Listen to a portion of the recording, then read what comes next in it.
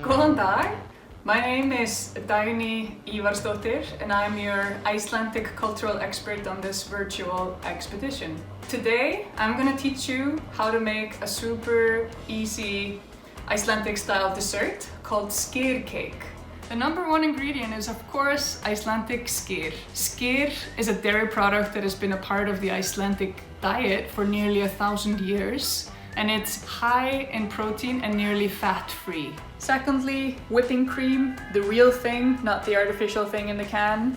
Your favorite choice of cookies, a jam of your choice, and your favorite berries. So the first thing we want to do is whip the cream. Perfect. Step 2, you're gonna take your skyr and you're gonna slowly mix it into the whipped cream. And next, we get to crush the cookies.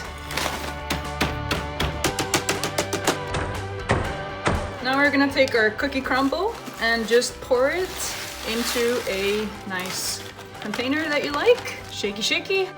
Now you're gonna take your skyr whipped cream mixture, pour it in and smear it into all the corners. And now the most fun part, decorating. And now your skyr cake is ready to serve and enjoy. Takk fyrir and verði ykkur að góðu. Já.